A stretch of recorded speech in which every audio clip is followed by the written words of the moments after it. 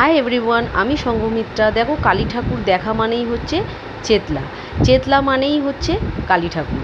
তো চেতলাতেই কিন্তু বেশি কালী ঠাকুর ওঠে, তাই চেতলায় চলে গেলাম আমি, আমার মেয়ে আর ছেলে মিলে।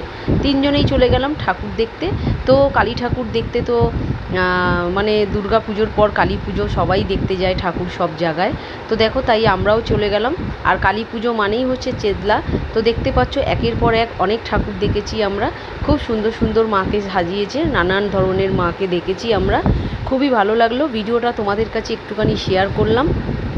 ভিডিওটা কেমন লাগছে অবশ্যই কিন্তু তোমরা কমেন্টে জানিও। আর চেতলার ঠাকুরগুলো কিন্তু সব কটা সুন্দর হয়েছে, সব কটা ভালো হয়েছে, আর সব কটার আলাদা আলাদা নাম। তো দেখো, একবার অগ্রণী কিন্তু দুর্গাপুজোয় দেখে এসেছি, আবার চলে গেলাম কালী পুজোয় অগ্রণীর প্যান্ডেলটা দেখতে। তো দেখতে পাচ্ছ, এই যে অগ্রণী দেখতে পাচ্ছ, চেতলা অগ্রণী লেখা আছে। একটু অন্যরকম করেছে, এই যে এই ডিজাইনটা একটু অন্যরকম করেছে। চলো, ভিডিওটা ভালো লাগলে লাইক কমেন্ট করে দিও। টাটা।